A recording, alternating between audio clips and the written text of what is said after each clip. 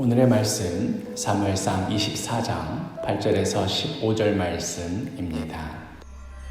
그 후에 다윗도 일어나 굴에서 나가 사울의 뒤에서 외쳐 이르되 내 주 왕이여. 하매 사울이 돌아보는지라. 다윗이 땅에 엎드려 절하고 다윗이 사울에게 이르되 보소서, 다윗이 왕을 해하려 한다는 사람들의 말을 왕은 어찌하여 들으시나이까?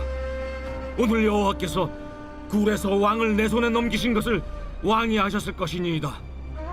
어떤 사람이 나를 권하여 왕을 죽이라 하였으나 내가 왕을 아껴 말하기를 나는 내 손을 들어 내 주를 해하지 아니하리니 그는 여호와의 기름 부음을 받은 자이기 때문이라 하였나이다. 내 아버지여 보소서, 내 손에 있는 왕의 옷자락을 보소서.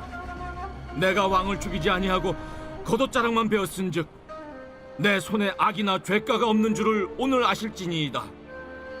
왕은 내 생명을 찾아 해하려 하시나 나는 왕에게 범죄한 일이 없나이다. 여호와께서는 나와 왕 사이를 판단하사 여호와께서 나를 위하여 왕에게 보복하시려니와 내 손으로는 왕을 해하지 않겠나이다. 옛 속담에 말하기를 악은 낙인에게서 난다 하였으니 내 손이 왕을 해하지 아니하리이다. 이스라엘 왕이 누구를 따라 나왔으며 누구의 뒤를 쫓나이까? 죽은 개나 벼룩을 쫓음이니이다. 그런즉 여호와께서 재판장이 되어 나와 왕 사이에 심판하사 나의 사정을 살펴 억울함을 풀어주시고 나를 왕의 손에서 건지시기를 원하나이다. 다윗에게는 충분한 동기가 있었습니다. 충분한 명분도 있었습니다.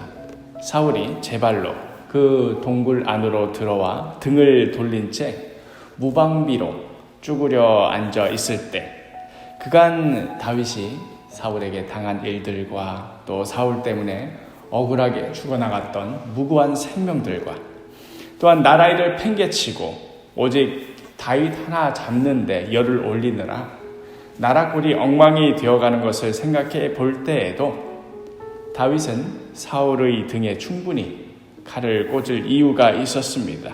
그럼에도 그저 왕의 옷자락 하나 잘라낸 것 하나만으로도 그의 양심을 찌르게 하는 그 무엇이 있었으니 그것은 바로 하나님의 존재였습니다. 여차하면 영락없이 죽을 수밖에 없었던 자기 자신을 여기까지 살려주시고 여기까지 인도하여 주셨고 또 언젠가는 이스라엘의 왕이 될 터이니 낙심하지 말라며 용기를 북돋아주고 격려하여주는 믿음의 사람들을 보내어 다시 일어서게 하셨고 죽음의 순간, 절망의 순간, 좌절의 순간 그때마다 하나님의 선하심을 맛보아 알게 하셨던 하나님, 그 무엇으로도 결코 부정할 수 없는 그 하나님을 다윗은 뼛속 깊이 경험하고 또 삶 속에서 누려왔기에 그 결정적인 순간 그는 감히 하나님의 뜻 앞에서 섣부르게 자신의 손을 들어서 칼을 꽂을 수가 없었던 것입니다. 이 땅의 역사를 주관하시는 하나님의 뜻을 거슬러서 제 뜻대로 그 역사의 줄기를 돌려보겠다 하는 그런 오만한 짓을 감히 행할 수가 없었던 것입니다. 그리하여 사울을 살려보내어 주고는 그가 멀리 떨어져 있을 때에 그 동굴 밖으로 나가서 외칩니다. 사무엘상 24장 8절에 그 후에 다윗도 일어나 굴에서 나가 사울의 뒤에서 외쳐 이르되 내 주 왕이여 하매 사울이 돌아보는지라. 다윗이 땅에 엎드려 절하고 그리고는 그 옷자락을 손에 들어 보이며 방금 무슨 일이 벌어졌는지 알기나 하시느냐며 하소연합니다. 이어지는 10절에 오늘 여호와께서 굴에서 왕을 내 손에 넘기신 것을 왕이 아셨을 것이니이다. 어떤 사람이 나를 권하여 왕을 죽이라 하였으나 내가 왕을 아껴 말하기를 나는 내 손을 들어 내 주를 해하지 아니하리니 그는 여호와의 기름 부음을 받은 자이기 때문이라 하였나이다. 다윗이 사울을 죽이지 않은 단 한 가지 이유, 그것은 바로 사울이 여호와의 기름 부음을 받은 자이기 때문입니다. 그를 왕으로 세우신 것이 하나님의 뜻이기 때문입니다. 인간적으로 생각해 볼 때 저 따위 왕은 당장이라도 죽었으면 좋겠고 할 수만 있다면 암살을 해서라도 지금의 이 지옥 같은 이스라엘을 회복시켜야 하겠고, 여러 충분한 이유와 동기와 명분이 있었지만 그 모든 것들 위에 가장 중요한 그 단 한 가지, 바로 하나님의 뜻, 하나님의 주권, 이것 때문에 다윗은 그 칼을 거두었던 것입니다. 그리하여 자신은 그 칼마저도 하나님께 내어 맡겨드립니다. 다윗은 사울왕 앞에서 자신의 진심을 보여주지만 사실상 이것은 하나님 앞에서의 고백이었습니다. 사울에게 자신의 진심을 보여준다 한들, 그를 어떻게든 설득한다 한들 그가 또 언제 다시 변심할지 어떻게 알겠습니까? 또 이후에 또 이어지는 역사를 보면 또 그 마음이 변화해서 다윗을 쫓지 않습니까? 그리하여 다윗은 변치 않으시는 하나님 앞에서 자신의 진짜 마음을 보여드리며 하나님께서 자신을 판단하여 주시기를, 그리하여 그의 억울함을 풀어주시기를 공개적인 자리에서 고백하였던 것입니다. 15절 말씀에 그런즉 여호와께서 재판장이 되어 나와 왕 사이에 심판하사 나의 사정을 살펴 억울함을 풀어주시고 나를 왕의 손에서 건지시기를 원하나이다 하니라. 하나님이 아니셨다면 영락없이 죽을 수밖에 없던 존재가 하나님의 불쌍히 여기심을 받고 그 은혜를 체험하며 날마다 하나님의 형상으로 빚어져 가던 인간에게서 나오는 이 놀라운 고백, 여호와께서 재판장이 되시리라.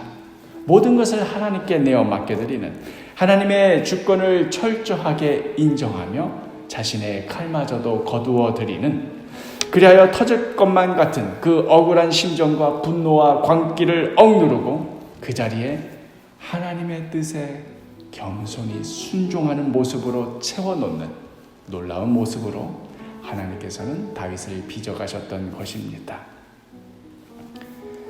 사랑하는 사도교회 식구 여러분, 오늘은 광복절입니다. 어제 설교 시간에 함께 말씀을 나눴듯이 우리는 카이로 회담이니 포츠담 회담이니 그 자리에 참석한 일이 없습니다. 그저 열강들이 전후 처리를 어떻게 할 것인가, 이런 것들을 논의하는 과정에서 하나의 부산물처럼 우리의 독립이 논의된 것이었습니다. 우리 나름대로 독립을 위하여 피땀을 흘리며 노력하였던, 자신의 생명까지도 드렸던 수많은 순국 열사들이 있었건만, 그럼에도 결정적인 것은 열강의 이익과 판단에 따라 맺어진 결론이었습니다. 도대체 역사가 왜 이런 식으로 흐르는가? 우리는 대체 뭔가? 자존심도 상하고 실망감도 들고, 또 그렇다 보니 엉뚱한 데서 우리의 체면을 내세울 것들을 찾아서 그럴듯하게 우리를 포장하기도 합니다마는, 그러나 오늘 말씀을 통해 우리가 분명히 깨달아야 할 것은 다윗은 여전히 광야 생활을 해야 하고 쫓기는 신세가 되어야 하고 늘 죽음에 대비해야 하는 지옥과 같은 삶을 살면서도 그러한 삶 속에서 하나님의 뜻을 추구하며 하나님의 주권을 끝까지 인정하는 삶을 살아갔으며 하나님께서 또한 그러한 모습으로 빚어 나가셨다는 사실입니다. 그렇다면 광복절을 맞이한 우리들의 모습은 어떠한 것이 마땅하겠습니까? 우리들이 선진국이 되었고 민주국가가 되었고 국방력이 월등하고 이런 것들이 우리의 자랑이 되고 이런 것들로 우리의 치부까지 다 덮어버리고 모든 역사의 짐들과 아픔과 상처들은 모른 척하며 없는 척하며 살아갈 것인가? 우리는 여전히 이 땅의 역사를 이끌어 가시는 하나님의 손길을 인정해야 합니다. 하나님께 그 뜻을 물으며 그 뜻에 날마다 순종하는 삶을 살아야 합니다. 설령 그 길이 광야 길이요, 쫓기는 신세가 되는 길이요, 늘 죽음에 대비해야 하는 그런 길이라 할지라도 우리들은 날마다 자신의 십자가를 지고 주님을 따라 걸어가야 합니다. 이것이 바로 하나님의 뜻에 순종하는 길이요, 하나님의 주권을 인정하는 삶입니다. 오늘 하루도 이러한 복된 삶이 되어가시기를, 이렇게 귀한 모습으로 빚어가게 되시기를 간절히 축복합니다.